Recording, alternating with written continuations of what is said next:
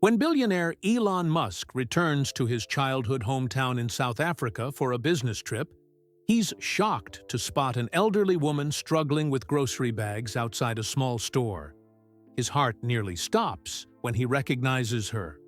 Martha, Moena, the nanny who cared for him during his difficult childhood, now 83 years old and still working.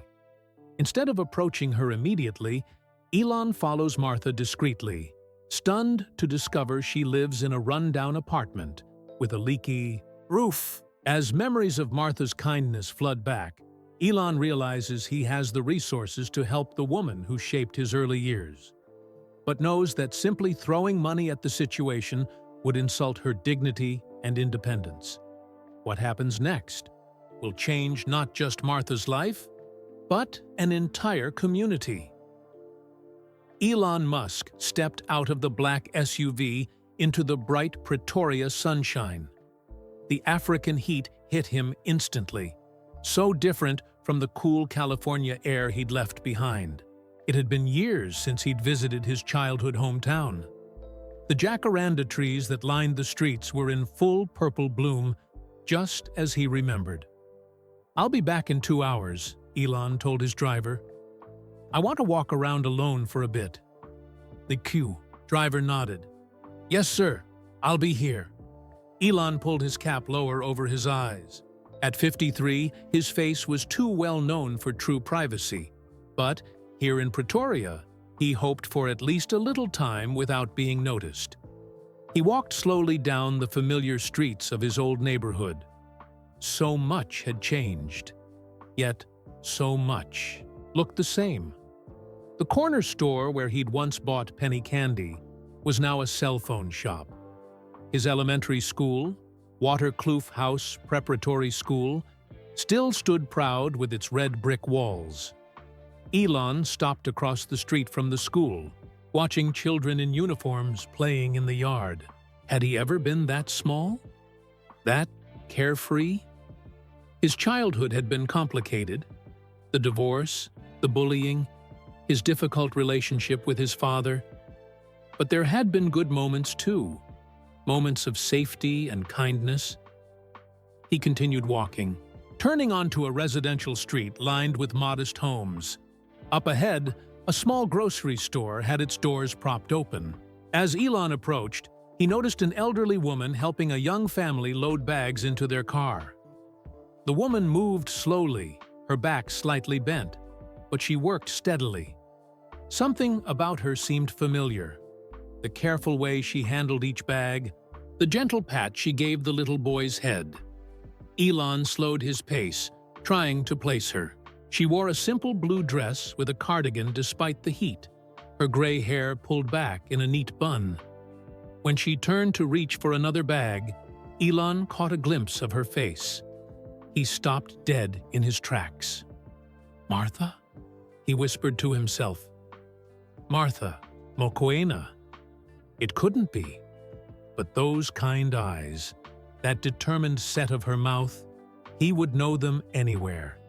This was the woman who had cared for him from ages 3 to 7, who had wiped his tears and encouraged his endless questions. Elon stepped back, watching from a distance. Martha must be in her 80s now. What was she doing, still working? Carrying groceries in this heat? The young mother said something that made Martha laugh, the same warm laugh Elon remembered from his childhood. Then she patted the woman's arm and began walking away down the sidewalk. Before he could think better of it, Elon followed her. He kept a respectful distance, not wanting to frighten her. Martha walked slowly but purposefully, stopping to rest on a bench halfway down the block. Elon paused by a storefront, pretending to look at his phone. His mind raced. Martha Moena had been more than just a nanny to him. During the worst of his parents' divorce, she had been his rock, the one person who made him feel safe and understood. After his mother and father split, after he chose to live with his father, Martha had disappeared from his life. He'd asked about her once or twice, but his father had brushed off his questions. Eventually, like many childhood memories, she had faded to the background of his busy life. Now here she was, 83 years old by his calculation, and still working. Martha rose from the bench and continued her journey. Elon followed as she turned onto a side street, lined with small apartment buildings. She climbed the steps to one of them slowly, each step clearly an effort. Elon watched as she unlocked a door on the ground floor and disappeared inside. He stood there for several minutes, staring at the worn green door with its peeling paint. His phone buzzed. A message from one of his executives about the upcoming SpaceX launch. Another from his assistant about the technology conference he was supposed to attend tomorrow. The real world, his world, calling him back. But his mind was still with Martha. On the walk back to his waiting car, Elon couldn't stop thinking about her. She had cared for him during his most vulnerable years, and now she was old and still working physical jobs in the South African heat. Meanwhile, he had more money than he could spend in multiple lifetimes. Something felt deeply wrong about that. In his hotel suite at the Sheraton Ptoria, Elon paced the floor. The room was luxurious, plush carpets, marble bathroom, a view of the Union buildings with their beautiful gardens. Such a contrast to the modest apartment he'd seen Martha enter. "Computer," he said, sitting down at his laptop. "Show me information on South African pension systems." For the next hour, Elon read about the challenges facing elderly South Africans. The average monthly pension was barely enough to cover basic needs. Many seniors, especially women who had worked as domestic help, had no retirement savings at all. He thought about Martha's bent back, her slow, careful movements. Why was she still working at her age? Did she have family to help her? Was she alone? Elon rubbed his eyes. He had the power to change her situation with a few keystrokes. He could have his foundation set up a trust for her, buy her a house, make sure she never had to work again. But something held him back. Martha had her pride. He remembered how she had always refused gifts from his mother, accepting only her fair wages. "I work for what I have," she would say firmly, simply throwing money at her felt wrong. Disrespectful to the woman who had taught him about dignity and hard work? No, he needed to understand her situation better, to find out what she really needed.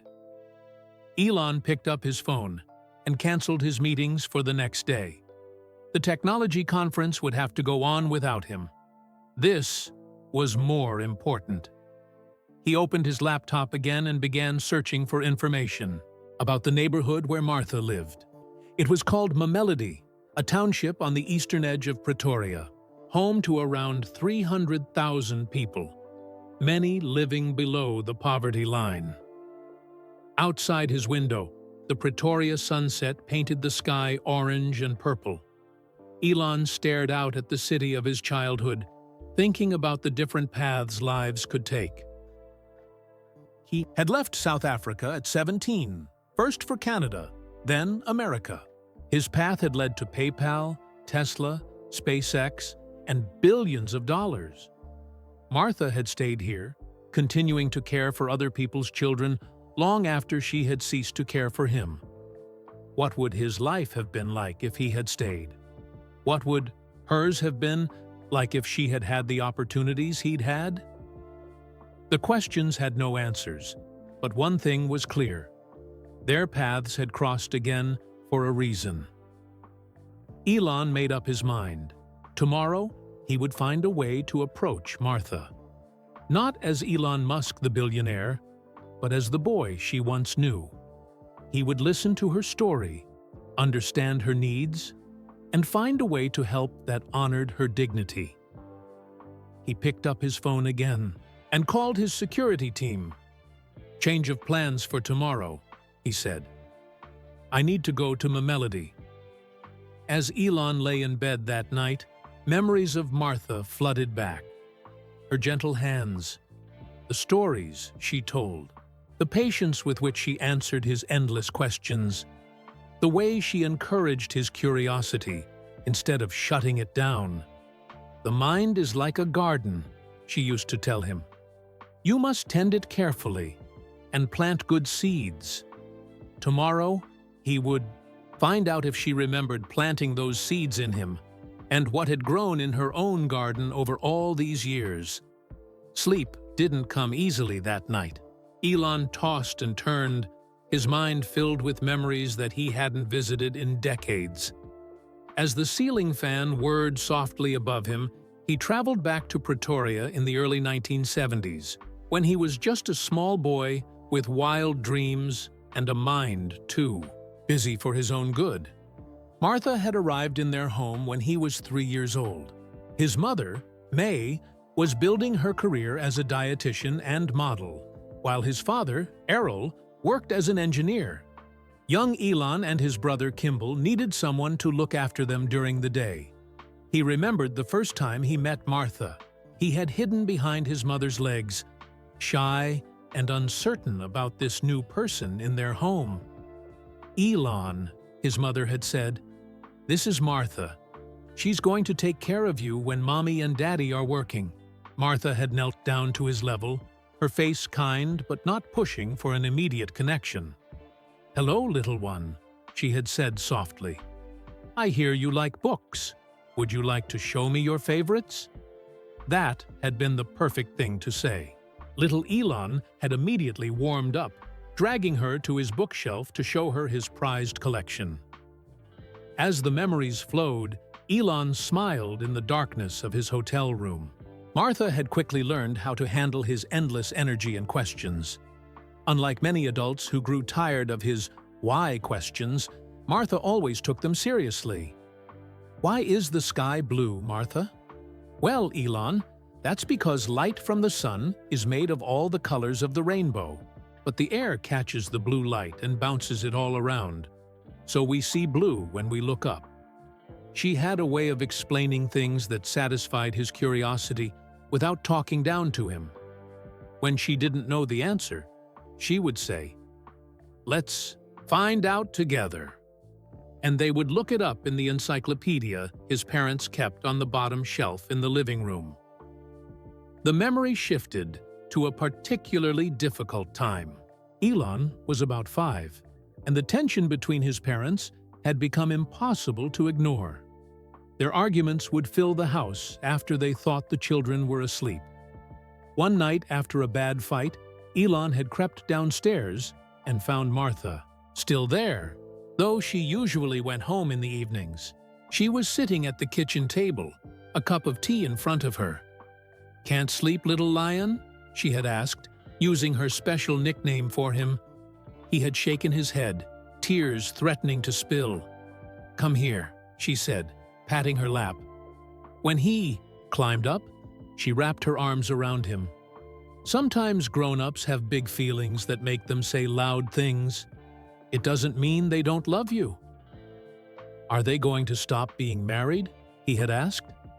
Martha had been quiet for a moment. "I don't know, little lion. But I do know that whatever happens, you will be okay. You have a strong heart and a strong mind." She had taken him outside then, despite the late hour. Under the vast South African night sky filled with stars, she had told him stories about the constellations, how they stayed the same even as everything on Earth changed. It was the first time Elon remembered feeling a deep connection to the cosmos that would later shape his life's work.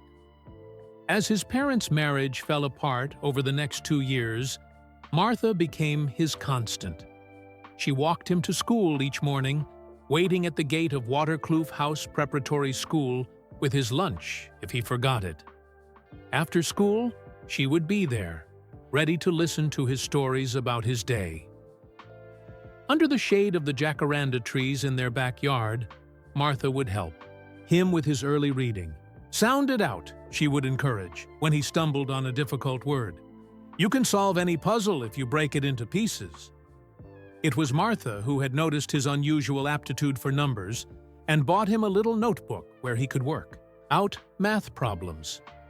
"Your mind needs exercise just like your body," she told him. Elon shifted in the hotel bed, the memories now tinged with sadness. When he was 7, his parents finally divorced. His mother was heartbroken, trying to manage her career and 2 young boys. His father was stern and often critical. Elon had made the difficult choice to live with his father. He still wasn't sure why he had chosen that path.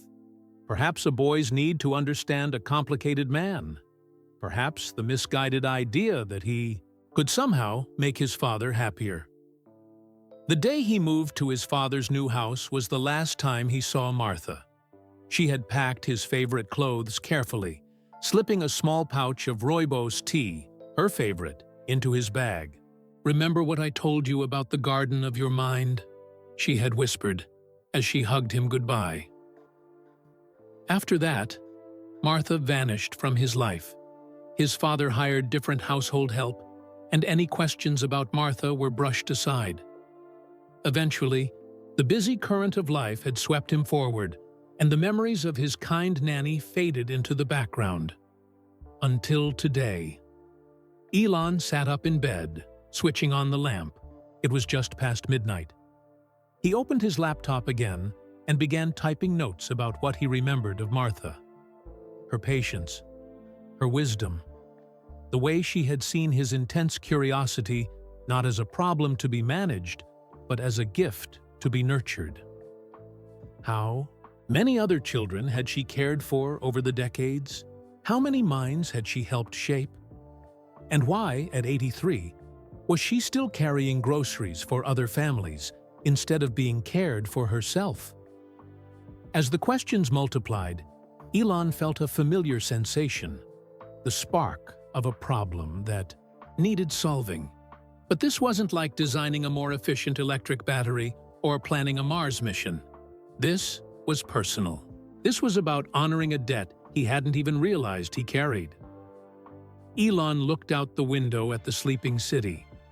Somewhere out there, in a small apartment in Mamelodi, Martha Moena was also under this same night sky. Tomorrow, their paths would cross again after nearly half a century. What would she think of the man he had become? Would she see any trace of her influence in his work, his vision, his persistence? Had her early lessons taken root and grown into something she would recognize? Tomorrow couldn't come soon enough. Elon woke before his alarm, the Ptoria sunrise painting his hotel room in shades of gold. He hadn't slept much, but his mind felt unusually clear. He ordered breakfast to his room and opened his laptop while waiting for it to arrive. South African retirement age, he typed into the search bar.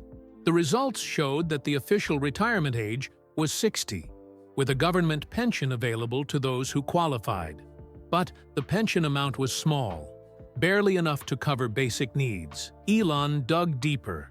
Many elderly South Africans, especially those who had worked as domestic helpers, had no formal pension plan. Often, they worked until they physically couldn't anymore, relying on family or continuing to work well past retirement age. A knock at the door interrupted his research. After his breakfast arrived, Elon continued reading while eating. He found articles about the rising cost of living in South Africa and how it hit seniors especially hard. Medical costs were a huge burden, and many couldn't afford proper health care. "This isn't right," Elon muttered to himself, pushing his plate away. Martha had spent her life caring for other people's children, making it possible for parents like his own to build their careers. She deserved better than struggling at 83. Elon showered and dressed in simple clothes, jeans, a plain black t-shirt, and a cap. He wanted to blend in as much as possible. His security team wouldn't be happy, but he needed to do this without drawing attention. As he was about to leave, he paused. How should he approach Martha? He couldn't just show up at her door. That might frighten her. And he couldn't march in with his checkbook open either. That would rob her of dignity. Think, Elon, he said to himself. What would Martha do? The answer came to him immediately. Martha would take time to understand the whole situation first. She would listen before acting. Elon picked up his phone and called his driver. I need to go to Magnolia Del Park, he said. After checking his research from last night, he added, then to the Mamelodi Community Center. The park was first. Elon remembered from his childhood that Martha loved gardens. The community center would help him understand more about the resources available to seniors in her neighborhood. At Magnolia Del Park, Elon walked along the peaceful paths, thinking through his approach. He needed to meet Martha in a way that seemed natural, not planned, and he needed to understand her situation fully before deciding how to help. The community center in Mamelodi was a simple building with peeling paint but a welcoming atmosphere. Elon introduced himself as an entrepreneur researching elder care programs. The center director, a woman named Thandi, was happy to share information. Many of our seniors still work because they have to, Thandi explained. The pension is only about 1,800 rand per month, about 120. Rent in even the most basic apartment takes most of that. What about healthcare? Elon asked. Public hospitals are free, but the waits are long and medications cost extra. Many seniors go without their medicine because they can't afford it. Thandi showed him around the center, a room where seniors gathered for meals, a small library, and a garden where they grew vegetables. The biggest problem, she continued, is that many feel forgotten. Their knowledge and wisdom aren't valued. They want to contribute, to feel useful, not just receive charity. Her words struck a chord with Elon. That sounded exactly like the Martha he remembered. Proud, independent, always contributing. Back in his car, Elon made a decision. He would meet Martha today, but he wouldn't reveal his wealth or fame right away. He would reconnect as the boy she once knew, now grown. He would listen to her story and understand what she truly needed before deciding how to help. Elon had his driver take him back near Martha's apartment building. He found a small bench in a park across the street and waited, hoping to spot her leaving for work. As he sat there, a plan began forming in his mind. It wasn't just about helping Martha personally, though that was important. It was about addressing the larger problem. How could he create something that would help Martha and others like her maintain their dignity while ensuring their basic needs were met? Elon had built companies that made electric cars mainstream and advanced space travel. He had tunneling companies and brain-computer interfaces. But this problem, how to honor the elderly who had given so much yet received so little, this was a different kind of challenge. As the morning wore on, Elon spotted Martha emerging from her building. She wore the same blue dress as yesterday, but with a different cardigan, white instead of gray. She walked slowly, but with purpose, heading toward the main road. Elon's heart raced. After all these years, he was about to speak to the woman who had shaped his early childhood. He stood up, took a deep breath, and began following her at a distance. He would wait for the right moment, a natural opportunity to approach. He wouldn't rush this. Martha had taught him patience all those years, ego, and now he would use that lesson. Up ahead, Martha stopped at a small cafe. She sat down heavily on one of the outdoor chairs, taking a moment to rest. A young server brought her a cup of tea without being asked. Clearly, she was a regular. This was it. The perfect chance. Elon walked toward the cafe, his mind made up, but his heart still racing. Elon approached the small cafe, his throat suddenly dry. Martha sat alone, sipping her tea with both hands wrapped around the cup. Her eyes were focused on a small bird hopping near her feet. For a moment, Elon just watched her, the careful way she set down her cup, the slight tremor in her hands that hadn't been there in his childhood, the gentle smile as she tossed a tiny piece of bread to the bird.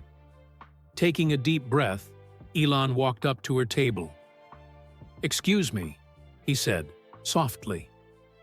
"Is this seat taken?" Martha looked up, squinting slightly in the morning sunlight. "No, young man. Please sit." Elon sat down across from her, removing his cap. Up close, he could see the years mapped across her face, deep lines around. Her eyes and mouth that spoke of both laughter and hardship. But her eyes were the same, dark, kind, and alert. "Would you like some tea?" she asked. "The rooibos here is very good." Elon smiled at the familiar mention of her favorite tea. "I'd love some, thank you." Martha waved to the young server, who brought another cup. They sat in comfortable silence for a moment as Elon gathered his courage. "Ma'am," he finally said, "I'm not sure if you remember me. It's been many years, but my name is Elon. Elon Musk. You took care of me when I was a little boy." Martha's eyes widened. She leaned forward, studying his face intently. Her hand reached out, trembling slightly, and then pulled back. "Little Lion?" she whispered, using the nickname only she had ever called him. Elon nodded, emotion tightening his throat. "Yes, Martha, it's me." Martha's hand flew to her mouth. "Oh my goodness! Little Elon Musk. Look at you, all grown up." Her eyes filled with tears. "I didn't recognize you without your books and your questions." They both laughed, the tension breaking. "I still have plenty of questions," Elon said. "And I still remember how you always had the best answers." Martha shook her head in wonder. "What are you doing back in Pretoria? Your mother told me years ago that you had moved to America." "I'm here for a technology conference," Elon explained. "But yesterday, I was walking in my old neighborhood and I saw you. I couldn't believe it was really you." "You saw me?" Martha looked surprised. "Why didn't you say hello?" "I was shocked," Elon admitted. "And I wanted to find the right way to approach you. It's been so long." Martha nodded, understanding. 46 years, she said softly. "Not that I've been counting." The server brought Elon's tea, and for a while they just caught up on basic details.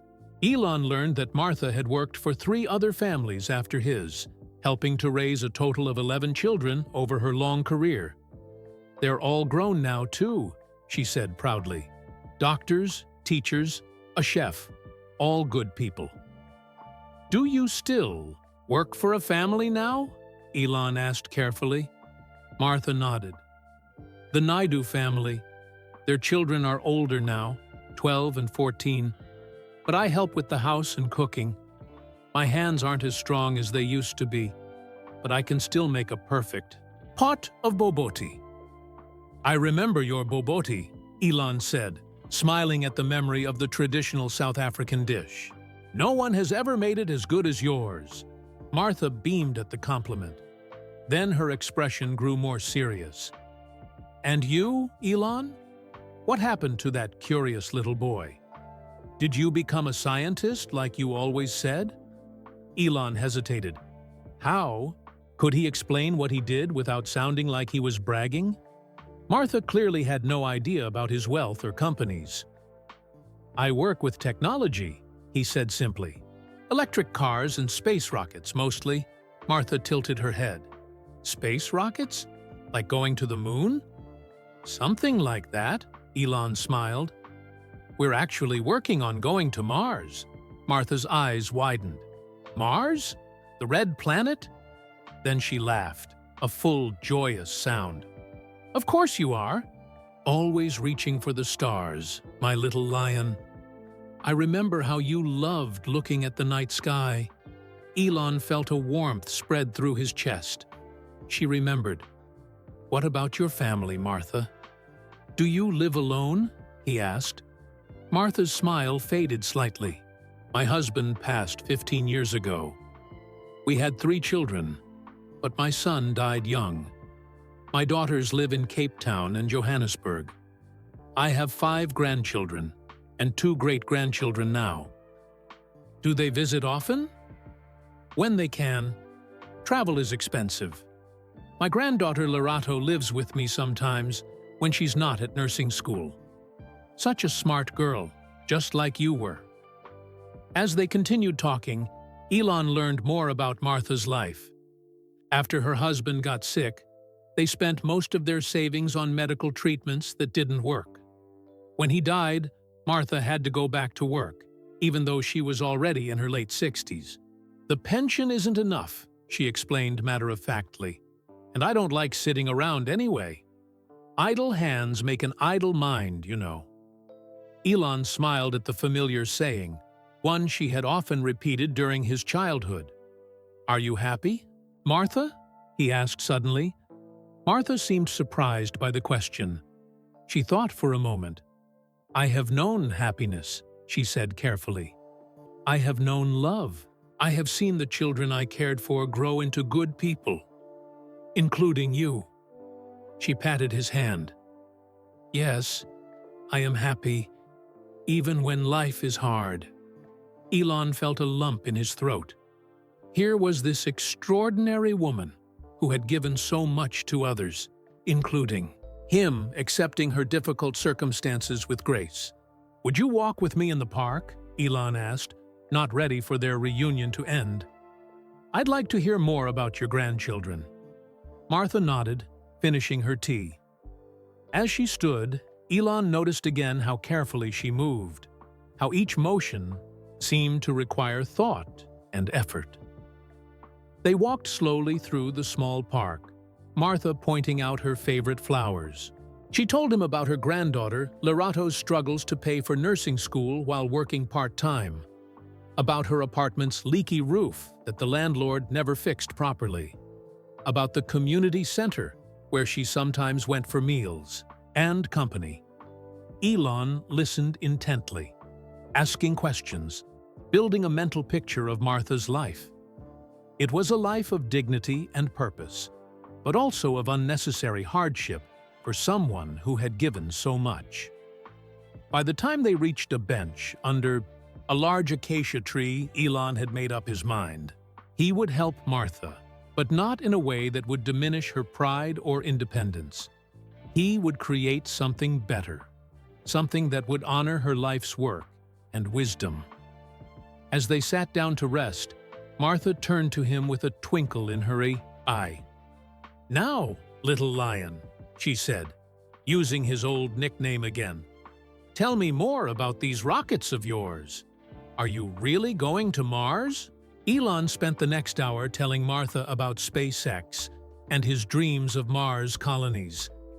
He explained things simply, just as she had once explained the world to him. Martha listened with wide eyes, asking surprisingly insightful questions. "So, the rockets come back to Earth to be used again?" she asked. "Like washing dishes instead of throwing them away after one meal?"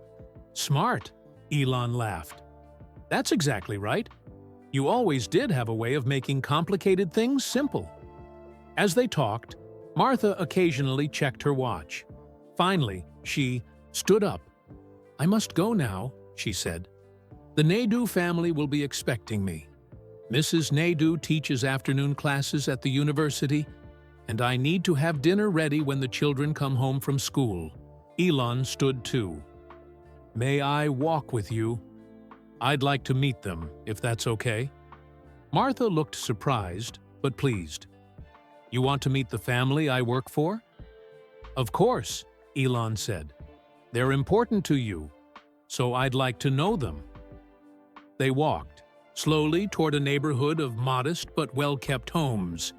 Martha pointed out a blue house with potted plants on the porch. "That's the Naidu home," she said. "Mrs. Naidu, Priya, teaches mathematics at the university. Mr. Naidu, Rajiv, works at the bank.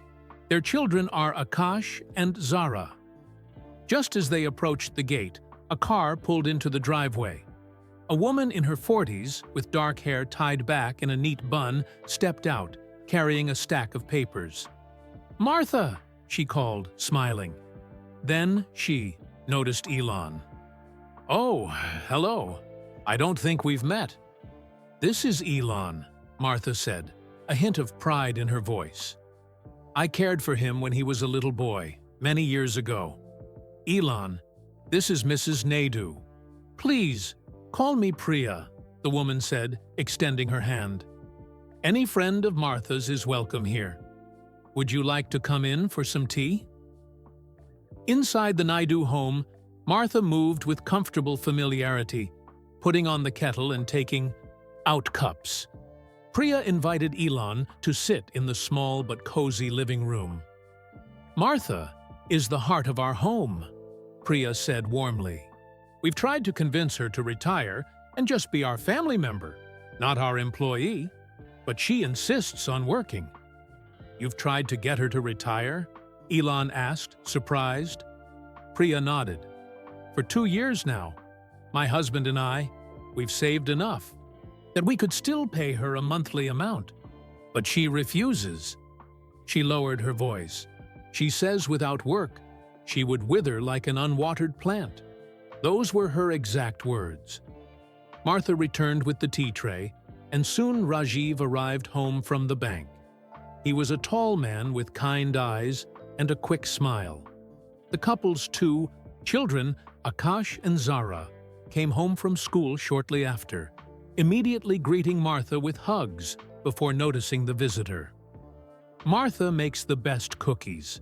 Zara, the younger child, informed Elon seriously. "Are you her friend?" "I am," Elon replied. "She took care of me when I was even smaller than you." Akash, the older boy, studied Elon curiously. "You look familiar. Are you on TV or something?" Elon exchanged a quick glance with Martha, who clearly still had no idea about his fame. "I'm just visiting from America," he said smoothly. As the afternoon went on, Elon observed the dynamics between Martha and the Naidu family. They clearly respected and loved her. She wasn't treated like an employee, but more like a beloved aunt or grandmother. The children shared their school projects with her, seeking her approval. Priya asked her advice about a problem with a student. Rajiv consulted her about which tie to wear to an important meeting the next day. When Martha went to the kitchen to start dinner, Rajiv spoke quietly to Elon. "We worry about her health," he confided. "Her arthritis is getting worse, but she won't slow down. The doctor has told her to rest more, but..." He shrugged helplessly. "She's always been stubborn," Elon said, remembering how Martha had insisted on teaching him to tie his shoes, even when his mother said he was too young. "We love her dearly," Priya added. "Our children have grown up with her wisdom and kindness, just as you did. But we fear she pushes herself too hard." Elon nodded thoughtfully. "Has she always been like this? Not wanting to accept help?" "Always," Rajiv confirmed. "When she had pneumonia last winter, we had to practically force her to stay in bed. She kept trying to get up and clean." From the kitchen came the sounds of Martha humming as she worked. Elon recognized the tune, an old South African lullaby she used to sing to him. "What will happen when she can't work anymore?" Elon asked, quietly. Priya and Rajiv exchanged glances. "We've prepared a room for her here," Priya said. "We've told her it's hers whenever she wants it, but she insists on keeping her apartment in Mamelodi. Her independence means everything to her." As the afternoon turned to evening, Elon thanked the Naidus for their hospitality and said goodbye to Martha, promising to visit again before he left Pretoria. Walking back to his waiting car, Elon's mind was working overtime. Meeting the Naidu family had shown him something important. Martha didn't just need financial security. She needed purpose, meaning, a way to contribute. Any solution that took that away from her would be no solution at all. Back in his hotel room, Elon pulled out his phone and made a call. "I need the best social worker in Ptoria," he told his assistant. "Someone who understands elder care and dignity, and I need them tomorrow." His plan was beginning to take shape. By the next morning, Elon's assistant had arranged a meeting with Thabo, a respected social worker who specialized in elder care in Pretoria's townships. They met in a quiet corner of the hotel restaurant. Thabo was in his early 40s with intelligent eyes behind wire-rimmed glasses. He listened carefully as Elon explained the situation with Martha, not showing any surprise at meeting one of the world's richest men. "I want to help her," Elon concluded, "but I need to understand more about her community and the challenges she faces. I don't want to just throw money at the problem." Thabo nodded approvingly. "That's wise.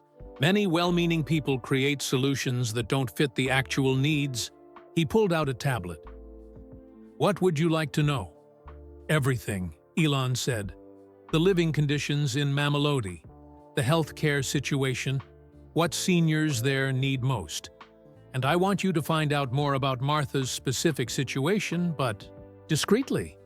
She can't know I'm involved yet." Thabo looked thoughtful. "I can do this, but I need to be honest with the people I speak to about why I'm asking questions. I won't mention you specifically, but I won't lie."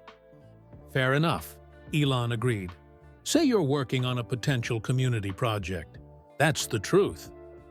Over the next 3 days, while Elon attended his technology conference, Thabo conducted his investigation. They met each evening for Thabo to share what he'd learned. Mamelodi has about 300,000 residents, Thabo explained on the first night. Many seniors there worked as domestic helpers, gardeners, or factory workers. Their pensions are minimal, and rising costs hit them especially hard. He showed Elon photos of the neighborhood. The small concrete homes, some well-maintained, others crumbling, the dusty streets, the community gardens where many grew vegetables to supplement their diets. The biggest challenges are healthcare, housing, and isolation, Thabo continued. The public clinic has long waits. Medications are often in short supply, and specialist care requires traveling to hospitals in central Ptoria, an expensive trip many can't afford. On the second evening, Thabo had more specific information about Martha's situation. "Her apartment is in this building," he said, showing Elon a photo of a 2-story concrete structure with peeling paint. "The rent takes nearly half her pension. The roof leaks, the plumbing is unreliable, and during load shedding, power outages, the building has no backup generator." "What about her health?" Elon asked. "She has arthritis, as you know. Also high blood pressure that requires daily medication. The pharmacy often runs out, forcing her to go without for days sometimes." Elon frowned. "And her granddaughter? Lorato? She's studying nursing at the University of Ptoria. Very bright, according to her professors. But she struggles with fees and often has to pause her studies to work. She's currently behind on tuition by about 15,000 rand, about $1,000. On the third evening, Thabo's report focused on the community resources. "The Mamelodi Community Center is at risk of closing," he explained. "Their funding was cut last year. This is where many seniors get their only hot meal of the day and their main social interaction."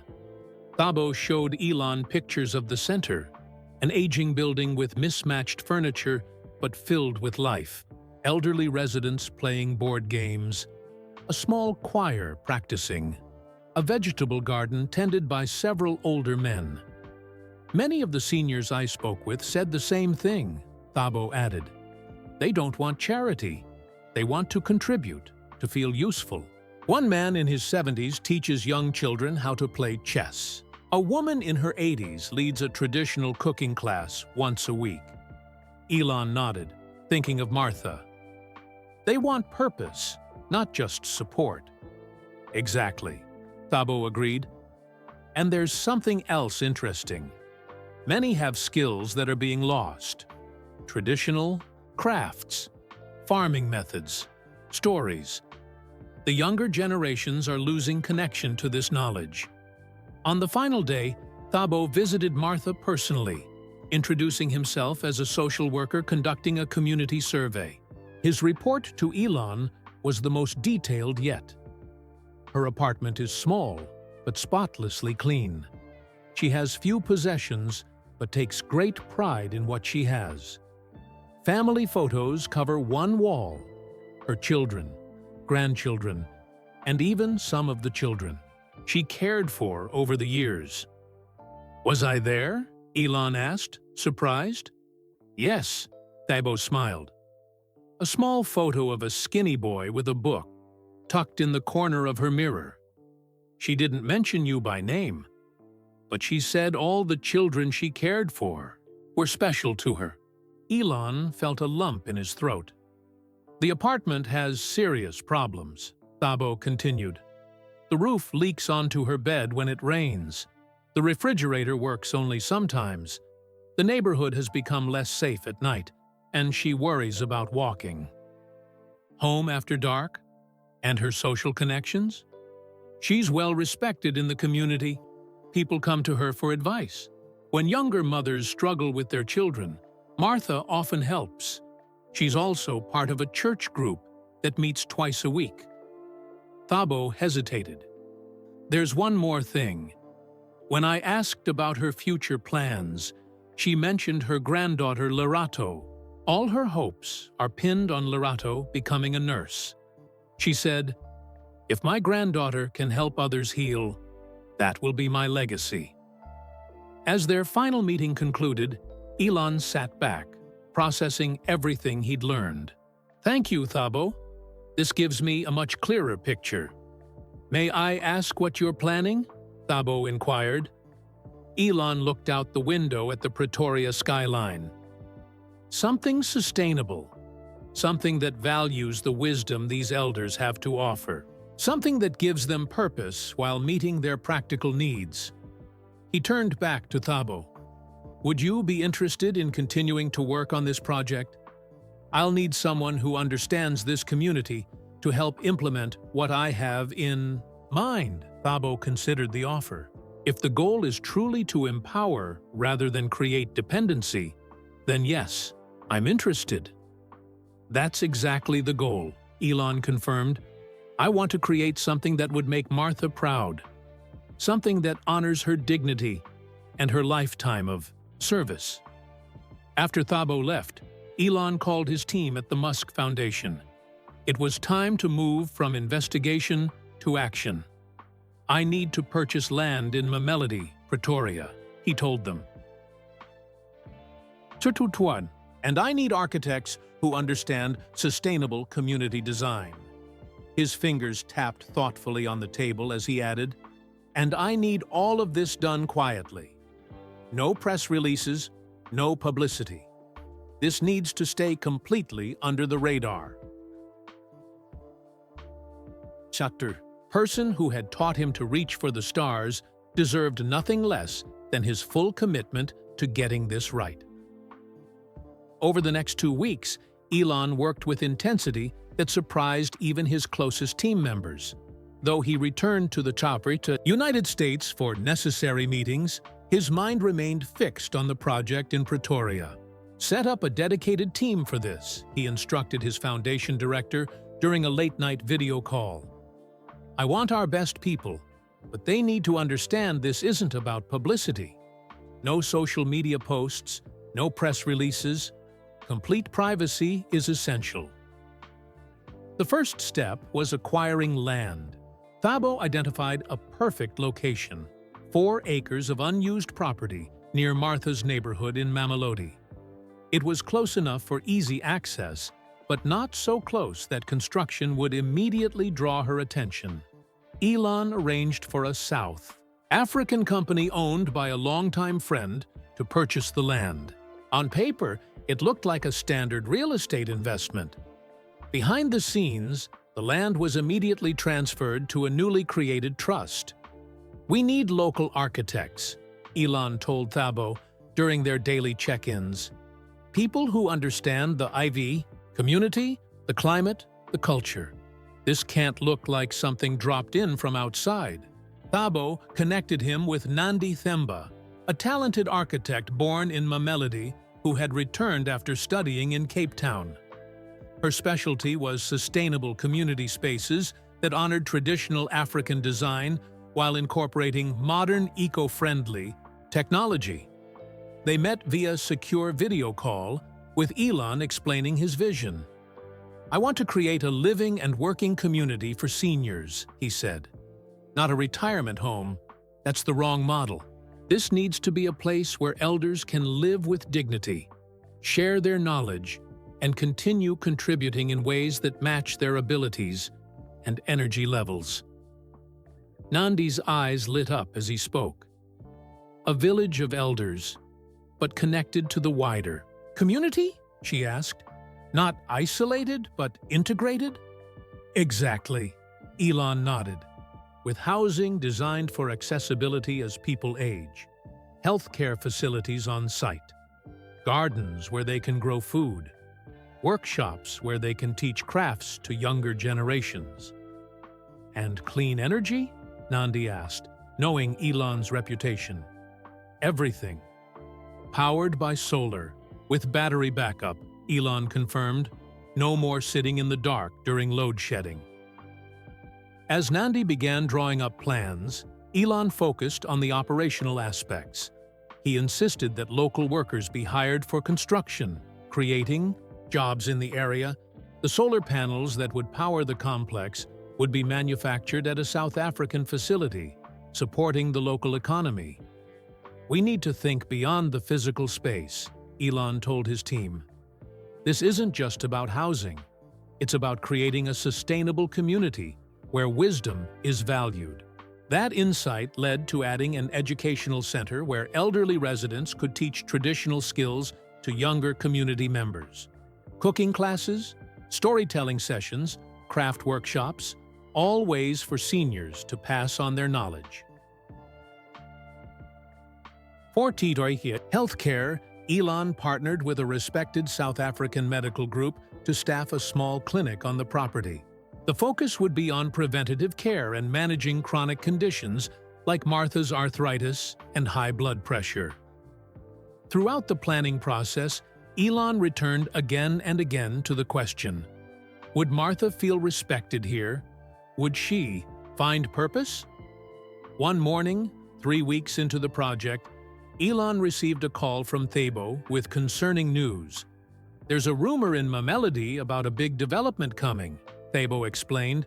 "People are worried it might be luxury housing that will drive up rents and push them out." "How did this leak?" Elon asked, frustrated. "Construction permits had to be filed," Thabo explained. "Someone at the municipal office must have talked," Elon thought quickly.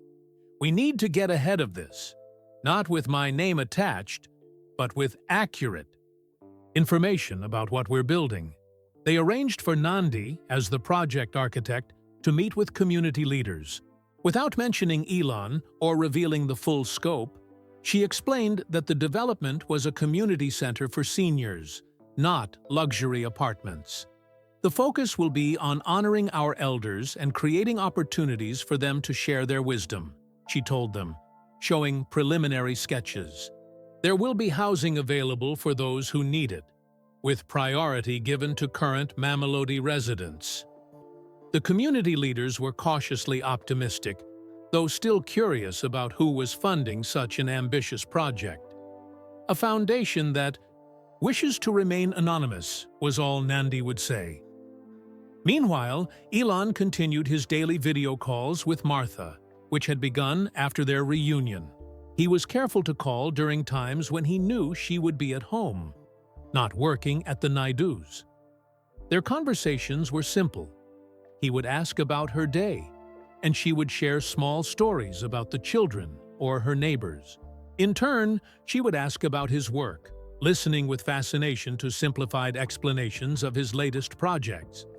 He never mentioned the development, even as construction quietly began behind temporary fencing decorated with local children's artwork. The next step was more personal and more delicate. Elon needed to understand more about Martha's granddaughter, Lorato. "She's the key to Martha's future happiness," Elon told Thabo. "Martha has pinned all her hopes on Lorato's success." Thabo arranged a casual meeting with Lorato at the university, introducing himself as a social worker interested in supporting nursing students from Mamelodi. Over coffee, Lorato shared her struggles and dreams. "I want to become a specialized nurse focusing on elder care," she explained. "There's such a need, especially in communities like mine. But the advanced training is expensive, and I'm already struggling with basic tuition." "What keeps you going?" Thabo asked. Lorato's expression softened. "My grandmother. She's worked her whole life caring for others. If she could do that without any formal education, just imagine what I could do with proper training." Thabo reported this conversation back to Elon, who immediately saw the potential connection to his larger plan. "We need to create a path for Lorato," he said. "Not just financial support for her education, but a role in the new community we're building. A healthcare leadership position that would use her nursing skills when she graduates." This led to a new element in the project, a training program for healthcare workers specializing in elder care, to be housed at the new community center. It would offer scholarships and practical experience, with Lorato potentially becoming one of its first participants. As the project grew more complex, Elon's determination only strengthened. Each element had to work together seamlessly. The housing needed to foster independence while offering support. The healthcare facility needed to be accessible but not institutional. The knowledge-sharing programs needed to create real value for both the elders and the wider community. "This is harder than designing a rocket," Elon joked during one late-night planning session, but in many ways, it was more important. This wasn't about technology or innovation for its own sake. This was about honoring a woman who had shaped his early years and creating something that would carry her values forward. 6 weeks into the project, with construction well underway behind those colorful temporary fences, Elon made another trip to Ptoria. Officially, he was there for meetings with South African technology companies. Unofficially, he wanted to see the progress firsthand. Thabo drove him to the site at dawn, before workers arrived. Standing in the middle of what would soon be the central garden, Elon could see the buildings taking shape. The residential units arranged in a horseshoe to create a sense of community. The solar panels already being installed on south-facing roofs. The clinic with its bright blue door. "What do you think?" Thabo asked quietly. Elon took a deep breath of the early morning air. "I think Martha would approve." Then he added softly, "But the real test is still to come." "When will you tell her about your involvement?" Thabo asked. Elon watched the sun rising over Mamelodi. "Not until everything is ready. This isn't about me getting credit. It's about creating something worthy of her." As they drove back to the city, Elon made one more call to his team. "We need a name for this place," he said. "Something meaningful in a local language." The next day, a simple sign appeared at the Epidri construction site. Thuthuka Village, meaning to develop or to progress in Zulu. Below it, in smaller letters, a community where wisdom finds purpose. As construction on Thuthuka Village progressed, Elon turned his attention to the next part of his plan. Martha's granddaughter, Lorato. "If we want to help Martha, "We need to help Lorato succeed," Elon explained to his team. "But it has to be genuine. An opportunity she earns, not charity." Finding the right approach took careful thought. A simple scholarship might solve Lorato's immediate tuition problems, but wouldn't provide the professional growth she needed. And anything too obviously connected to Martha might raise suspicions about Elon's involvement. The solution came from an unexpected direction. During a meeting about Tesla's workplace health initiatives, Elon had a realization. "We've been expanding our employee wellness programs," he said to his HR director. "What if we created a nursing internship focused on workplace health, with a special interest in supporting aging workers?" Within days, the framework for a new international internship was established. It would offer nursing students hands-on experience with Tesla's employee wellness programs, with a focus on preventative care and supporting older workers. The program would include tuition assistance, a living stipend, and professional mentorship. The next step was making sure Lorato would be a strong candidate without guaranteeing her selection. Thabo arranged for information about the internship to be shared widely at the University of Pretoria's nursing school, ensuring Lorato would hear about it through official channels. 2 weeks later, Elon received the list of applicants. Lorato's name was among them, along with 20 other qualified nursing students from across South Africa. Her application was impressive. Despite her financial struggles, she had maintained excellent grades. Her personal essay spoke passionately about her grandmother's influence and her desire to improve health care for elderly South Africans. "She would have been selected even if I didn't know who she was," Elon noted with satisfaction after reviewing all the applications. Lorato received the acceptance email on a Tuesday morning while studying in the university library. Her excited phone call to Martha was the first Elon heard about it during their regular video chat that evening. "My Lorato has received an amazing opportunity," Martha exclaimed, her face glowing with pride. "An internship with a big American company. They will pay for the rest of her nursing school and give her training in America. Can you imagine? My granddaughter going to America." "That's wonderful news," Elon said, careful to sound surprised but not overly so. "Which company?" "Tesla," Martha said, struggling slightly with the unfamiliar name. "They make electric cars. Have you heard of them?" Elon bit back a smile. "Yes, I've heard of them. They're quite well known." "Lorato says the company is run by a brilliant but sometimes odd man," Martha continued. "She is nervous about meeting him. I told her to be respectful, but not fearful. Important men are still just men, after all." "Wise advice," Elon agreed, amused at hearing himself described this way. 2 days later, Elon arranged to meet Lorato in person. She had been invited to a final interview at a hotel conference room in Ptoria, not knowing she had already been selected for the internship. When Elon walked into the room, Lorato's eyes widened in recognition, not of Elon personally, but of his position. You're him. The CEO," she stammered, rising quickly from her chair. "Yes, I'm Elon Musk," he confirmed, extending his hand. "Please, sit down.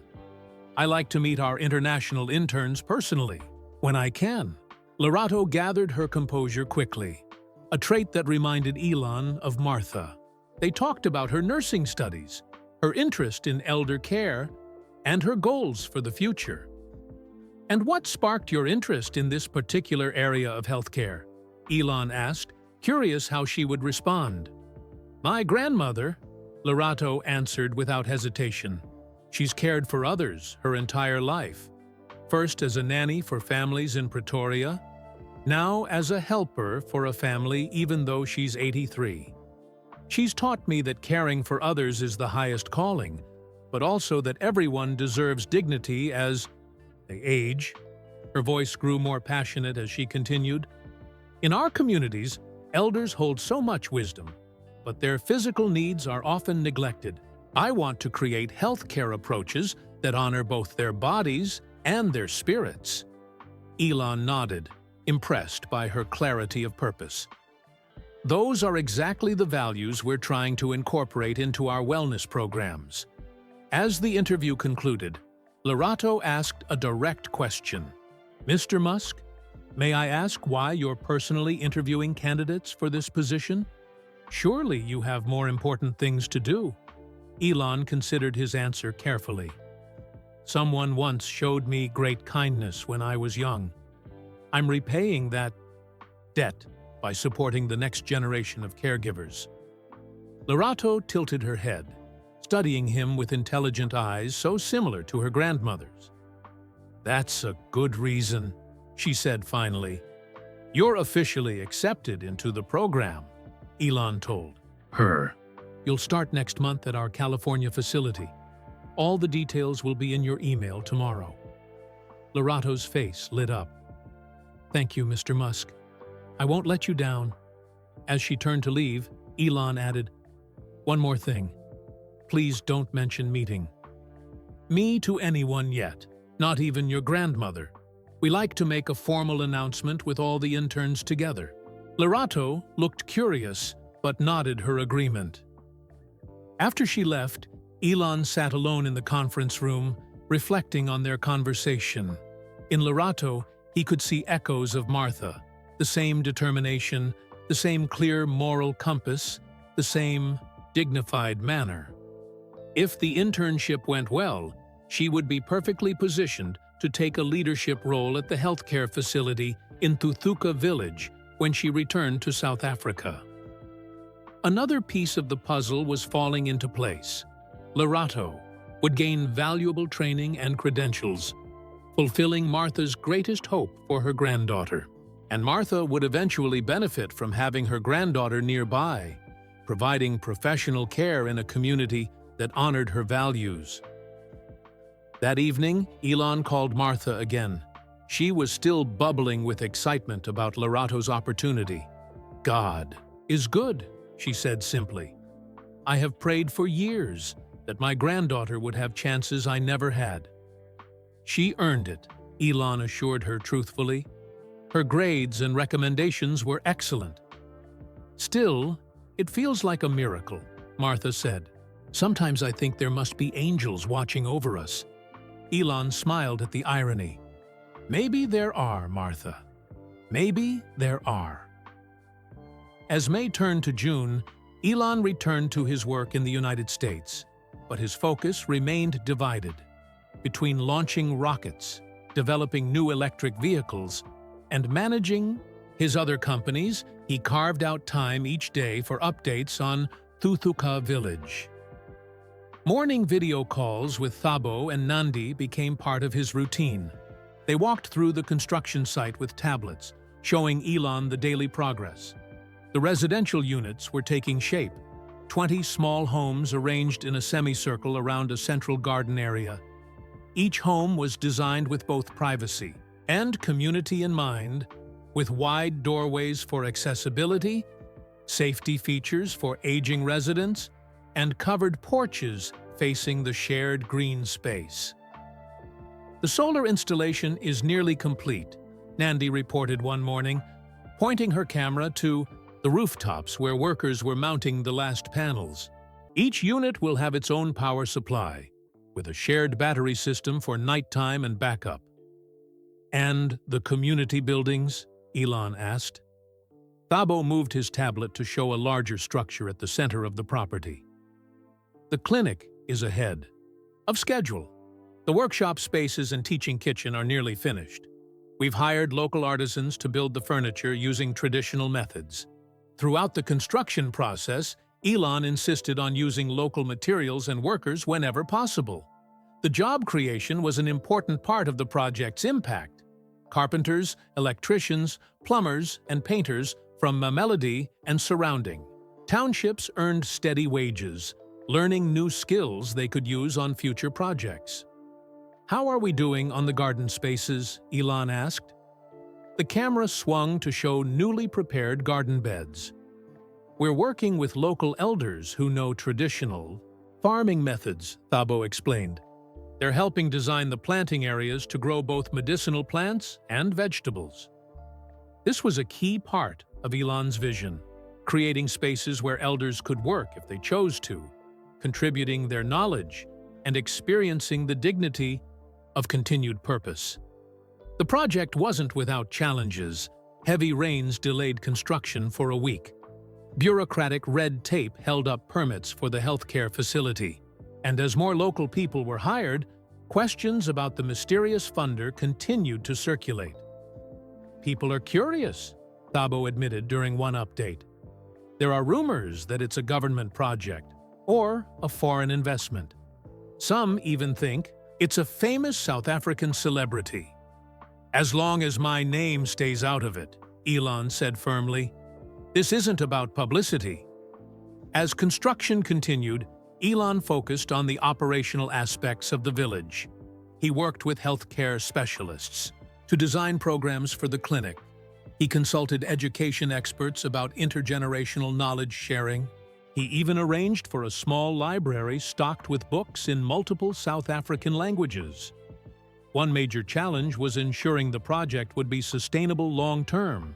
Elon had no intention of creating something that would collapse after a few years of initial funding. "We need to build self-sufficiency into the model," he insisted during a strategy meeting with his foundation team. "This can't depend on continuous donations." The solution came through multiple revenue streams. The healthcare facility would accept medical aid payments for treatment of non-residents. The workshop spaces would sell crafts made by resident artisans. The gardens would produce food for both residents and local markets. And a modest endowment would cover maintenance and operations for decades to come. "It's like designing an ecosystem," Elon explained to his team. "Each part supports the others, creating something greater than the sum of its parts." Meanwhile, Lorato had begun her internship at Tesla's California facility. Elon arranged to meet her for lunch during her second week, curious about how she was adjusting. "It's overwhelming," she admitted, "but in the best way possible. There's so much to learn." "Are you homesick?" Elon asked. "Yes," Lorato nodded. "Especially for my grandmother. We video call. But it's not the same. She seems tired lately. I worry about her." Elon had noticed the same thing during his regular calls with Martha. She had developed a persistent cough, and her arthritis seemed to be causing more pain. Though she brushed off his concerns, it was clear that her daily work at the Naidu household was becoming more difficult. "The timing will work out," Elon told Lorato, more confidently than he felt. "Your training here will make you better able to help her when you return." Lorato gave him a curious look. "You seem very interested in my grandmother's well-being, Mr. Musk." "All our elders deserve care and respect," Elon answered carefully. "Especially those who have cared for others all their lives." Back in Pretoria, Martha had finally heard rumors about the mysterious development in her neighborhood. During their next video call, she mentioned it to Elon. "There's a new place being built near us," she said. "People say it will be for older folks like me. Some kind of special community?" "Really?" Elon kept his tone casual. "What do you think about that?" Martha considered the question. "If it's just a place where old people are sent to be out of the way, then I don't think much of it. But if it's a place where we can still be useful, still contribute," she smiled. "That would be something good." "Would you consider living in such a place?" Elon asked. Martha looked thoughtful. "Maybe, when I can no longer work. But I would miss the children and my friends at church." She paused. "Though it would be nice not to climb these stairs with my bad knee, and to have a roof that doesn't leak when it rains. As July approached, Thuthuka village was nearly complete. The homes were finished, with simple but beautiful furnishings. The solar power system was operational. The gardens were planted.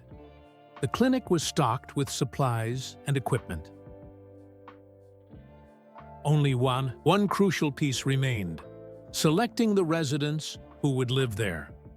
"We need a fair process," Elon insisted during a planning meeting. "Priority should go to those in greatest need. Elders still working past retirement age. Those with inadequate housing. Those with health concerns that aren't being properly addressed." Thabo and a small committee of community leaders developed selection criteria, being careful not to show favoritism. They created a simple application process that wouldn't overwhelm elderly applicants. When the selection committee presented their final recommendations, Martha's name was at the top of the list. She met all the criteria: still working at 83, living in substandard housing, dealing with chronic health issues, and contributing significantly to her community. She would have been selected even if we weren't specifically looking out for her, Thabo assured Elon.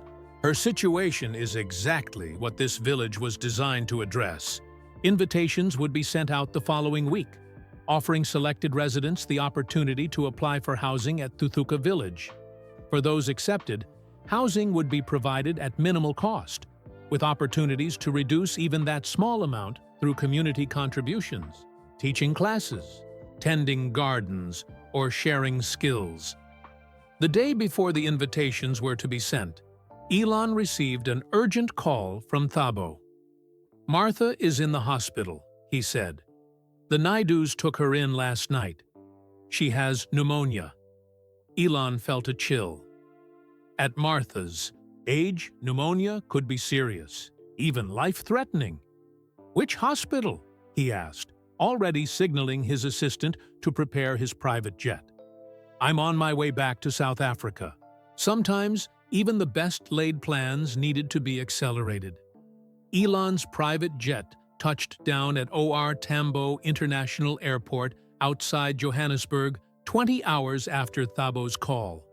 A waiting car rushed him to Ptoria East Hospital, where Martha had been admitted. In the hospital corridor, Elon found Priya and Rajiv Naidu sitting outside Martha's room, their faces drawn with worry. "How is she?" Elon asked. "Better than last night," Rajiv said. "The antibiotics are working, but the doctor says she needs rest and better care. Her apartment is too damp, too dusty for her lungs." Priya touched Elon's arm. "We've offered again to have her move in with us, but she's still refusing. She doesn't want to be a burden." "Can I see her?" Elon asked. Priya nodded. "She's awake. She'll be happy to see you." Martha looked small in the hospital bed, an oxygen tube in her nose, but her eyes brightened when Elon entered. "Little lion," she said, her voice weaker than normal but still warm. "You didn't need to come all this way." "Of course I did," Elon said, taking her hand gently. "I was worried about you." Martha made a dismissive gesture. "Just a small infection. I'll be back at work next week." Elon shook his head. "Martha, you need to rest to recover properly." "I can't afford to rest," she said simply. "Bills don't pay themselves." Elon took a deep breath. He had planned to wait until Thuthuka village was completely finished before revealing his involvement. But Martha's health couldn't wait. "What if there was a place where you could rest and recover, but still feel useful?" he asked. "A place designed for elders like you who have so much wisdom to share?" Martha looked at him curiously. "You mean that new village they're building? Thuthuka?" She smiled slightly. "News travels fast in Mamelodi. Everyone's talking about it. Some people have already received letters inviting them to apply." "Would you be interested in living there?" Elon asked cautiously. Martha was quiet for a moment. It sounds nice, but I'm sure it's expensive. And I don't want charity. It's not charity, Elon said firmly. It's about creating the right environment for people who have valuable knowledge and experience. People who have spent their lives caring for others deserve to be cared for in return. Martha studied his face. You seem to know a lot about this place.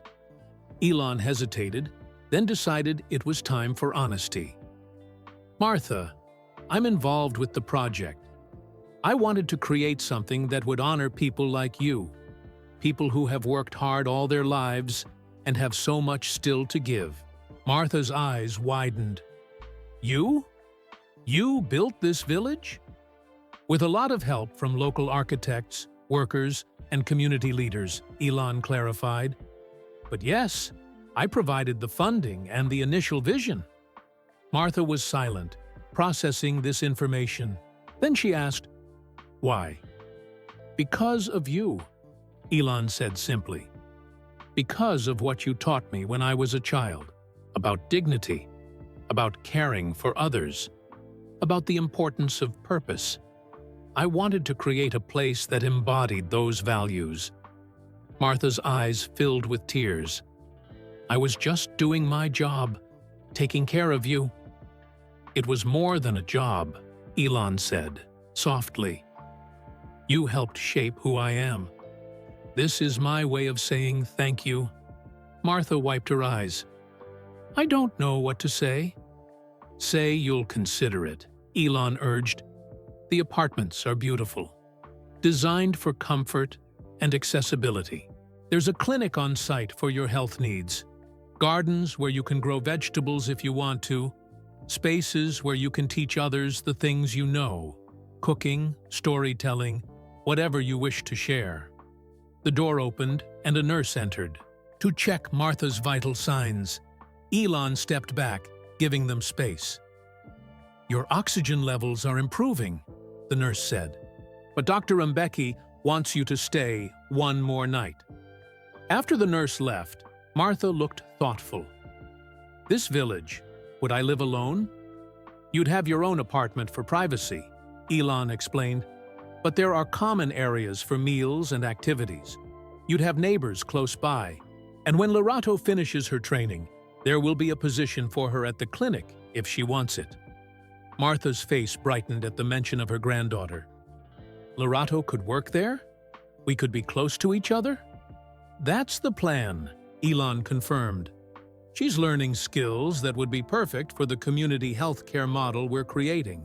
Martha was quiet again, thinking. Finally, she said, I would need to see this place before deciding. Of course, Elon agreed quickly. As soon as you're well enough to leave the hospital, we can visit. 3 days later, Martha was discharged. She was still weak, but insisted on keeping her promise to visit Thuthuka village. Elon arranged for a comfortable car to pick them up from the hospital. As they drove through Mamelodi, Martha looked out the window with interest. When they turned onto a tree-lined street and approached a beautiful gate with Thuthuka village written in bright colors, her eyes widened. It's bigger than I imagined, she said, as they drove onto the property. Thabo met them at the entrance and led them on a slow tour. Martha leaned on a cane as they walked, taking in everything: the central garden with its vegetable beds and medicinal plants, the community building with its teaching kitchen and workshop spaces, the clinic with its friendly staff and modern equipment.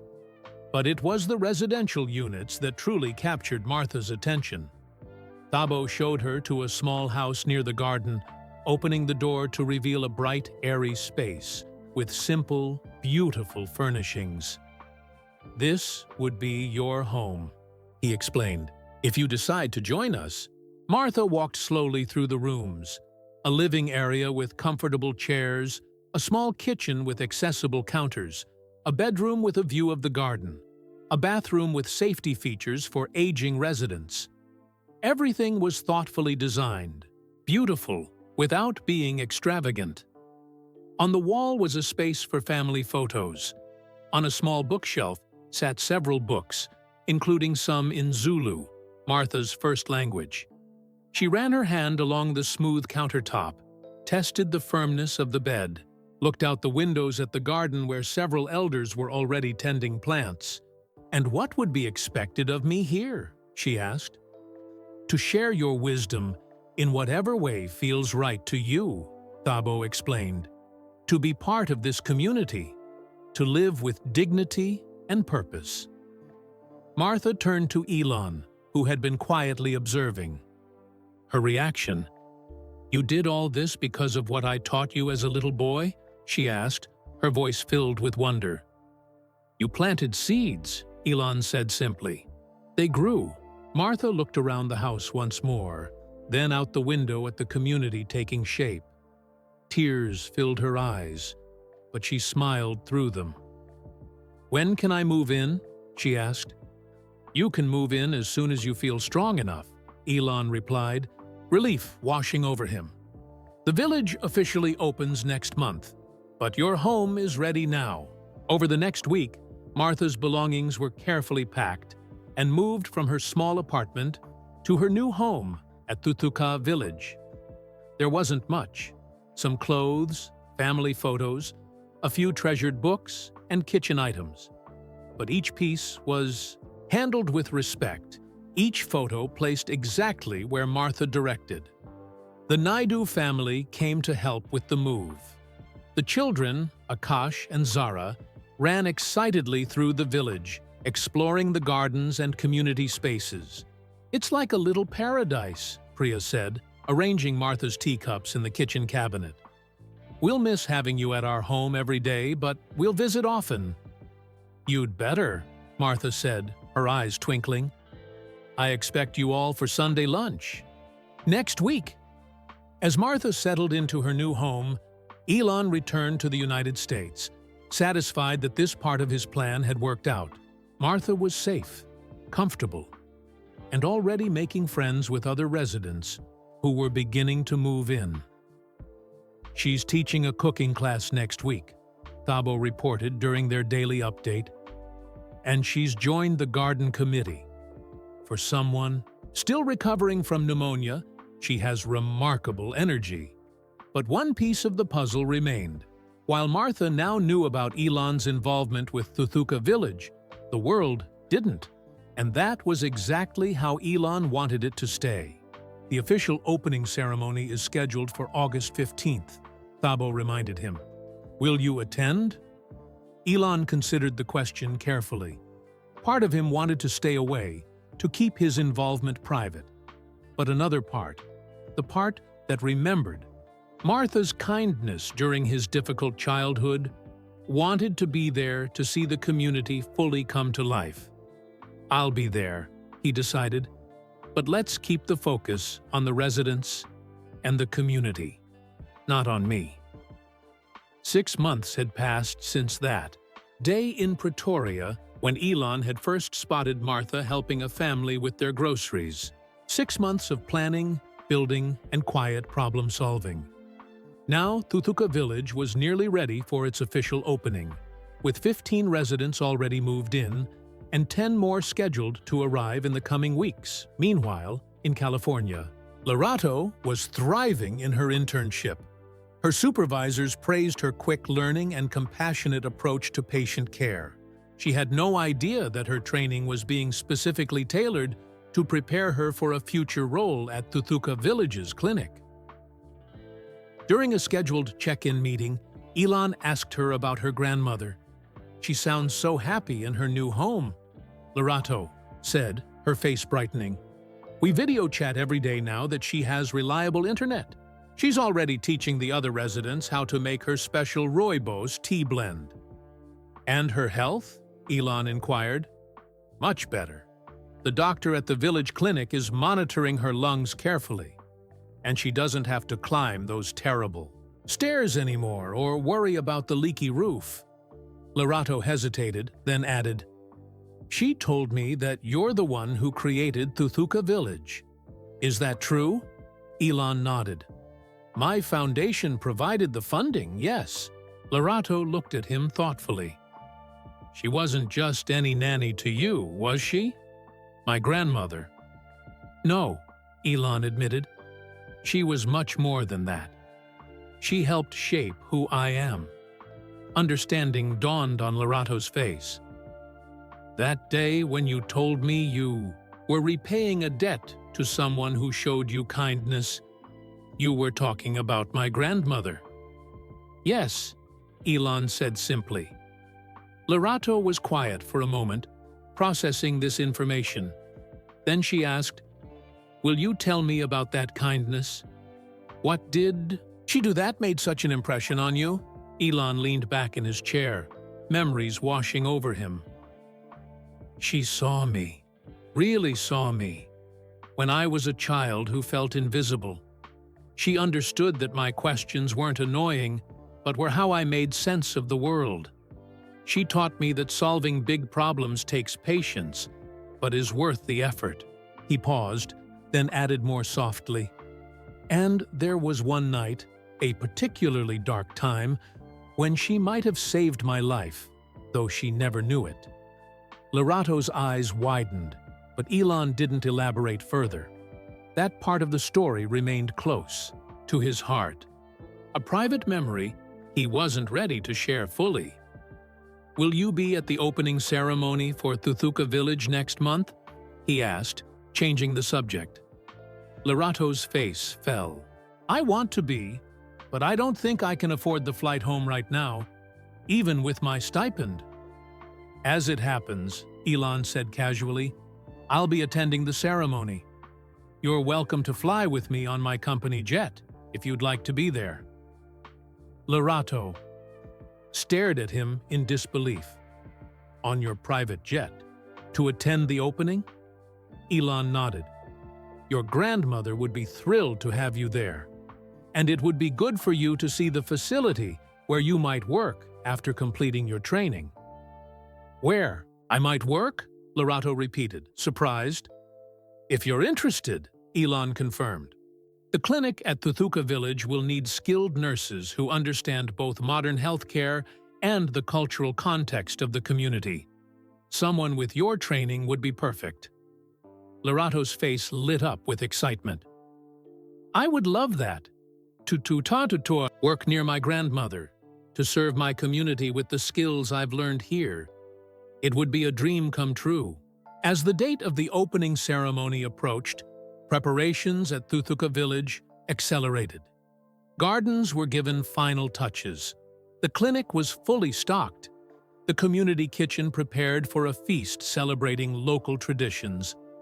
Martha threw herself into the preparations, seemingly rejuvenated by her new surroundings and purpose. She organized the other residents, planned activities, and insisted that everything be perfect for the big day. "She's become the unofficial village elder," Thabo reported to Elon during their daily update. "Everyone comes to her with questions or problems. She has a natural gift for bringing people together." The news didn't surprise Elon. Martha had always had a quiet authority, a way of guiding without commanding that brought out the best in others. 2 days before the ceremony, Elon arrived in Ptoria. He stayed at a small guest house rather than his usual luxury hotel, preferring to keep a low profile. He spent the day before the ceremony meeting with the staff who would run Thuthuka village, reviewing operations and ensuring everything was sustainable for the long term. That evening, he visited Martha at her new home. She had invited him for dinner, insisting on cooking despite his protests that she should rest before the big day. Her small kitchen was filled with delicious smells as she prepared a traditional South African meal: bobotie, yellow rice, and malva pudding for dessert. It was the same meal she had often made for Elon's family when he was a child. As they ate together, Martha told him about her new friends at the village, her gardening projects, and her plans to start a storytelling program for children from the neighborhood. "You've created something special here," she said, looking around her comfortable home. Something that honors who we are while giving us a better way to live. That was the goal, Elon said, to create a place where wisdom is valued, where elders can live with dignity and purpose. Martha studied him thoughtfully. You know, when I first recognized you that day at the cafe, I had no idea about your success. I didn't know about your companies or your wealth. I just remembered the curious little boy who asked so many questions. She reached across the table and patted his hand. But I'm not surprised you've done well. You always had a good heart and a strong mind. That's a powerful combination. As Elon prepared to leave, Martha walked him to the door. Tomorrow is the big ceremony, she said. Will you be recognized for your contribution? Elon shook his head. This isn't about me. It's about this community and the elders who will live here. I'd prefer to stay in the background. Martha gave him a knowing look. Sometimes the greatest gifts are the ones given quietly. As Elon walked back to his car under the star-filled South African sky, he felt a sense of completion. Martha was safe, comfortable, and purposeful. Thuthuka village was becoming the community he had envisioned. Lorato was on a path to success that would make her grandmother proud. Yet there was one piece of the story still untold. The full truth about why helping Martha had been so important to him. Perhaps tomorrow, at the ceremony, would be the time to finally share it. The morning of the opening ceremony dawned bright and clear. August in Pretoria brought mild temperatures and a gentle breeze that carried the scent of blooming jacaranda trees. By 9 o'clock, chairs had been arranged in the central garden of Thuthuka village, forming a semicircle around a small stage decorated with local flowers and fabrics. Residents moved about excitedly, dressed in their finest clothes. Martha wore a beautiful blue dress that Priya Naidu had helped her select for the occasion, with a colorful scarf draped elegantly around her shoulders. She directed the other residents with gentle authority, making sure everyone knew where to sit and what to expect. Local officials began to arrive. The mayor of Ptoria, representatives from social services, and community leaders from Mamelodi. Thabo greeted them, explaining the vision behind Thuthuka village as he guided them on brief tours of the facilities. Elon arrived without fanfare, dressed simply in black pants and a white button-down shirt. He avoided the official greeting area, preferring to blend in with the gathering crowd. A few people recognized him, of course, but respected his obvious desire for privacy. At 10 o'clock, a small bus arrived carrying Lorato and the other nursing interns from the airport. When Lorato stepped off the bus, she immediately scanned the crowd, looking for her grandmother. Martha spotted her at the same moment, and the two women rushed toward each other, embracing with tears of joy. "Look at you," Martha exclaimed, holding her granddaughter at arm's length. "America agrees with you. You're glowing." "And you look so well, Gogo," Lorato replied, using the affectionate term for grandmother. "This place has been good for you." Martha nodded, gesturing proudly at the village around them. "Come, let me show you my home before the ceremony starts."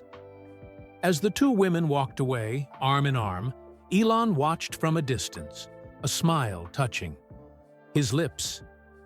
Seeing them together, the elder who had shaped his early years and the younger woman who represented the future felt like the completion of a circle. By 10:30, all seats were filled, and many people stood along the edges of the garden. Excitement buzzed through the crowd as Thabo stepped up to the microphone to begin the ceremony. "Welcome to the grand opening of Thuthuka village," he began. "Today we celebrate a new kind of community, one that honors the wisdom of our elders, while creating opportunities for them to share that wisdom with future generations.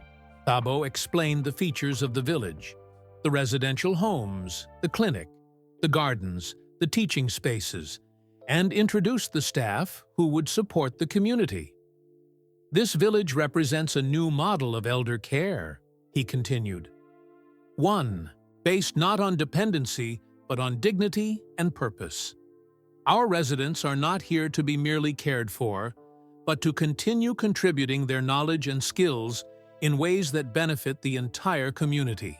Several local officials spoke next, praising the initiative and expressing hope that similar projects might spread to other communities.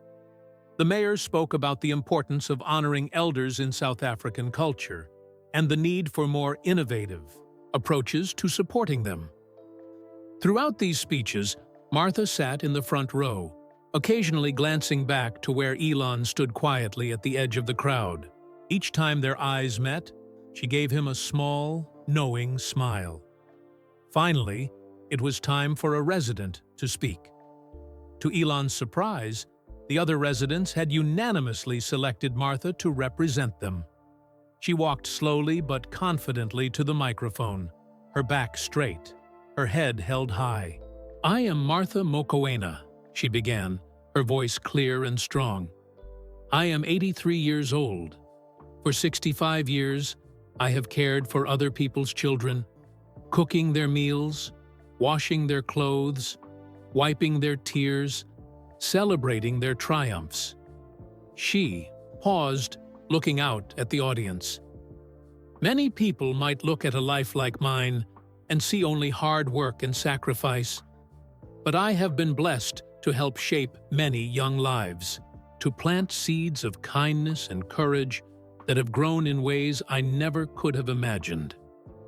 Martha's eyes found Elon in the crowd. One of those children was a skinny, curious boy who asked more questions than I could answer. A boy who loved books and stars and big ideas.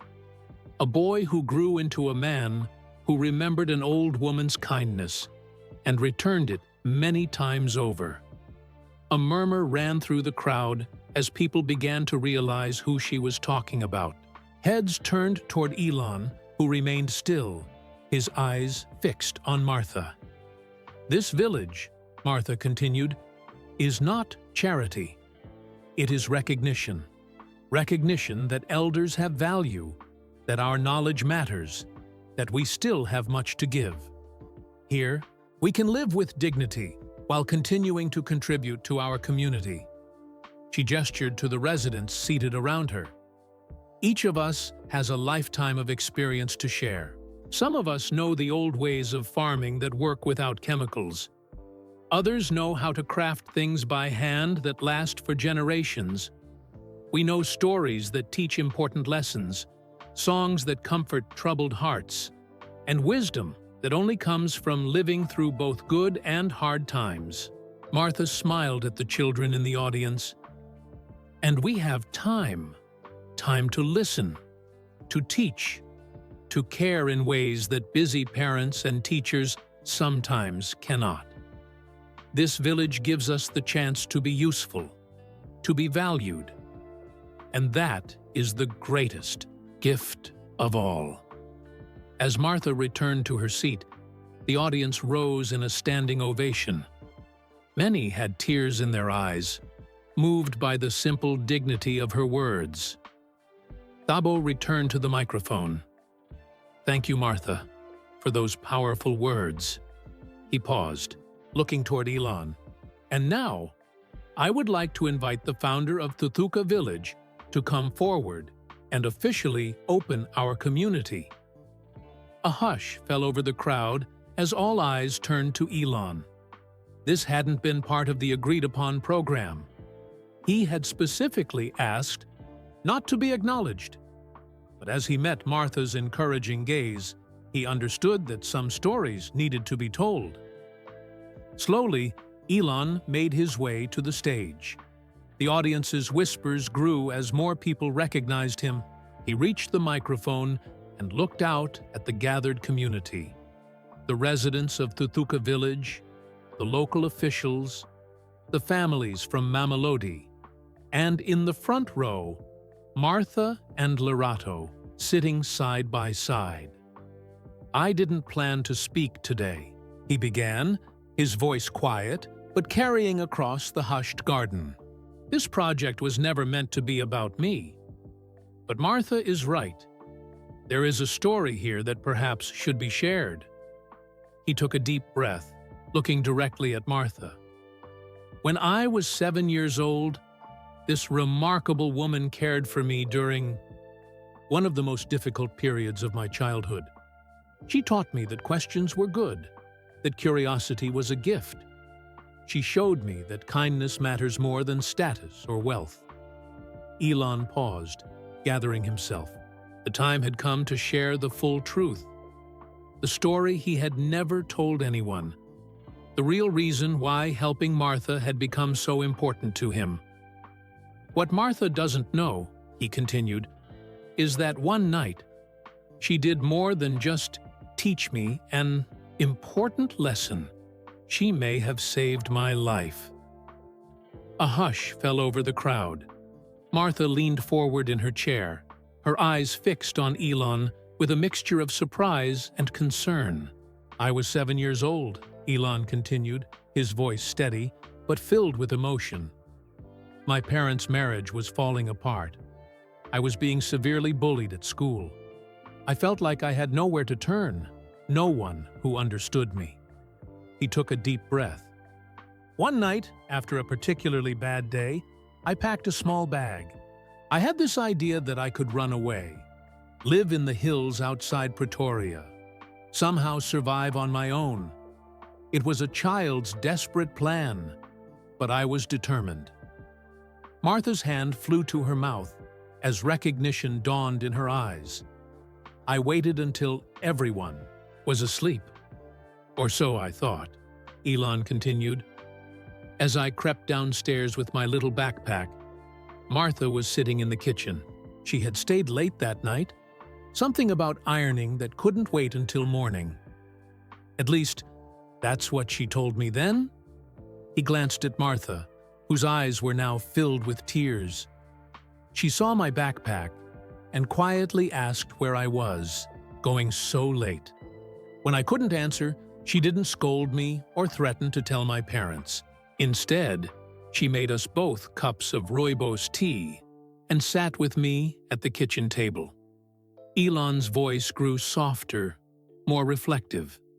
She told me a story that night about a young goat who wanted to leave his herd because the other goats teased him for looking different. The goat traveled far and faced many dangers alone before realizing that what made him different also made him special. A small smile touched Elon's lips. It wasn't a subtle message, but I was 7, so I needed things spelled out pretty clearly. A gentle laugh rippled through the audience, breaking the tension slightly. But then Martha told me something I've carried with me ever since. She said, "Sometimes we must face difficult days to reach better ones. Running away only means the agree. Difficult days follow you. Solving big problems takes time, but it's worth it." Elon paused, looking directly at Martha. She sat with me all night, telling me stories of perseverance and courage. By morning, my backpack was unpacked, and I had promised to try one more day. And then, one more after that. His voice grew stronger. Those words came back to me years later, when my first companies were failing, when people said electric cars would never work, when rockets kept exploding on the launch pad. Solving big problems takes time, but it's worth it. Elon gestured to the village around them. This place exists because Martha taught me that lesson, because she recognized a child in pain and offered not just comfort, but wisdom. She didn't just save me from a dangerous night alone. She helped shape how I would face challenges for the rest of my life. Martha was openly crying now, tears streaming down her weathered cheeks. Lorato held her grandmother's hand tightly, her own eyes wet with tears. Martha never knew how important that night was, Elon continued. She probably thought it was just another evening of helping a difficult child through a tough time. But that's the thing about kindness. We rarely know how far it reaches, how long it lasts, what it might grow into. He looked out at the gathered community. That's what Thuthuka village is really about. It's about recognizing that the wisdom and kindness of elders like Martha create ripples that extend far beyond what they can see. It's about making sure that wisdom isn't lost, that those ripples continue to spread through new generations. Elon stepped back from the microphone, indicating he was finished. For a moment, there was complete silence. Then, slowly, people began to stand, applauding with growing enthusiasm. Some wiped tears from their eyes, others nodded in understanding. Martha rose from her seat, moving with surprising quickness despite her age. She walked to the stage and, without hesitation, wrapped Elon in a tight embrace. Though the microphone couldn't catch their words, those nearby heard her whisper, "My little lion, always so brave." After the ceremony concluded, the community gathered for a celebration feast. Long tables were set up in the garden, loaded with traditional South African dishes prepared by the residents. Music played, children danced, and conversations flowed easily between residents, neighbors, and officials. Elon found a quiet moment to sit with Martha in her garden. The afternoon sun cast a golden light across the flower beds she had planted. In the background, they could hear the sounds of the celebration continuing. "Why didn't you ever tell me about that night?" Martha asked. "About the backpack?" Elon smiled gently. "I was embarrassed, I suppose. And later, there never seemed to be the right moment." Martha shook her head. "I remember that night, but I had no idea how important it was to you. I just saw a sad little boy who needed someone to listen." "That's exactly what made it so powerful," Elon replied. "You saw me, really saw me, when I felt invisible to everyone else." They sat in comfortable silence for a while, watching butterflies flit between the flowers Martha had planted. "You know," Martha said finally, "when I was younger, I sometimes wondered what my life meant. I never became famous or rich. I never traveled far from where I was born. I just cared for children, cooked meals, cleaned homes." She turned to look at Elon. "But now I understand that we never know which small moments will matter most, which words will take root and grow, which kindnesses will echo through time." Elon nodded. "The most important things we do might be the ones we never recognize as important." From across the garden, they could see Lorato talking animatedly with the medical director of the village clinic, clearly excited about the possibility of working there after completing her training. "Look at her," Martha said proudly. "My granddaughter, becoming a healer. And you, building things I can barely understand, trying to take people to Mars." She laughed softly. "Who would have thought that skinny boy with all his questions would go so far?" "I had a good teacher," Elon said simply. As the sun began to set, casting long shadows across Thuthuka village, Martha and Elon watched the community they had each helped create in their own ways. She through a lifetime of small kindnesses that had shaped countless lives. He through resources directed by the wisdom she had planted in him long ago. Sometimes the smallest seeds grow into the tallest trees, and sometimes the greatest gifts we give are the ones we don't even know we're giving. We hope this tale of recognition, gratitude, and honoring those who shaped us touched your heart. Where are you listening from today? We'd love to know which corner of the world this story reached. If you enjoyed this emotional journey, please take a moment to like this video and subscribe to our channel for more inspiring stories like this one. Your support helps us create content that reminds us all of the power of kindness and the unexpected ways our lives connect. Don't forget to share this video with friends and family who might appreciate a reminder that small acts of kindness can echo across decades and change lives in ways we never imagine. Together, we can spread awareness about honoring our elders and recognizing the value of everyone's contribution. Until next time, remember that sometimes the greatest gifts we give are the ones we don't even know we're giving.